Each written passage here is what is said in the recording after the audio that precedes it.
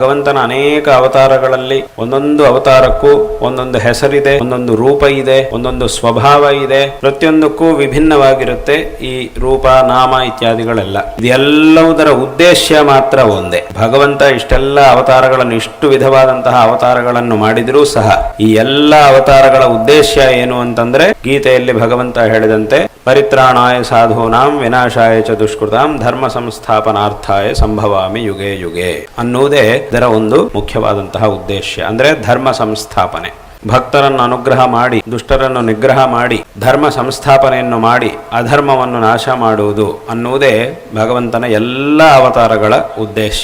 ಅವತಾರಗಳ ಉದ್ದೇಶ ಒಂದೇ ಆಗಿದ್ರು, ಅವತಾರವನ್ನು ಮಾಡುವಂತಹ ಪರಮಾತ್ಮ ಒಬ್ಬನೇ ಆಗಿದ್ರು, ರೂಪಗಳು, ಹೆಸರುಗಳು, ಸ್ವಭಾವಗಳು ಇದೆಲ್ಲವೂ ಸಹ ಯಾಕೆ ವಿಭಿನ್ನವಾಗಿದೆ ಅಂತಂದ್ರೆ, ನಾವು ತಿಳ್ಕೊಳ್ಬೇಕಾದಂತಹ ವಿಚಾರ ಏನು ಅಂತಂದ್ರೆ, ಧರ್ಮಕ್ಕೆ ಸಂಕಷ್ಟಗಳು ಅನೇಕ ವಿಧವಾಗಿ, ಅನೇಕ ಸಂದರ್ಭಗಳಲ್ಲಿ, ಅನೇಕ ಪ್ರಕಾರಗಳಲ್ಲಿ ಬರ್ತಾ ಇರುತ್ತವೆ. ಯಾವ ಸಂದರ್ಭದಲ್ಲಿ ಯಾವ ರೀತಿಯಾಗಿ ಸಂಕಷ್ಟವು ಧರ್ಮಕ್ಕೆ ಬಂದಾಗ ಯಾವ ರೀತಿಯಾಗಿ ಅದನ್ನು ಪರಿಪಾಲನೆ ಮಾಡಿದರೆ ಅದು ಸಮಂಜಸವಾಗಿರುತ್ತೋ ಆ ರೀತಿಯಾಗಿ ಆ ಪ್ರಕೃತವಾದಂತಹ ರೂಪವನ್ನ ಭಗವಂತ ಧಾರಣೆ ಮಾಡಿ ಆ ರೀತಿಯಾಗಿ ಧರ್ಮದ ಉದ್ಧಾರವನ್ನು ಭಗವಂತ ಮಾಡ್ತಾನೆ. ಇದೆಲ್ಲವುದು, ಇಷ್ಟೆಲ್ಲ ವೈವಿಧ್ಯಗಳು ಅವತಾರಗಳಲ್ಲಿ ಧರ್ಮಕ್ಕೆ ಬಂದಿರುವಂತಹ ಸಂಕಷ್ಟಗಳು, ಅನೇಕ ವಿಧವಾದಂತಹ ಸಂಕಷ್ಟ ಸ್ಥಿತಿಗಳನ್ನು ನೋಡಿ ಭಗವಂತ ಒಂದೊಂದು ಸಂದರ್ಭದಲ್ಲೂ ಒಂದೊಂದು ರೂಪವನ್ನು ಧರಿಸಿದ್ದಾನೆ. ಹಾಗಾಗಿ ಈ ವೈವಿಧ್ಯಗಳೆಲ್ಲ ಈ ಮೂಲಕವಾಗಿ ಬಂದಿತ್ತು.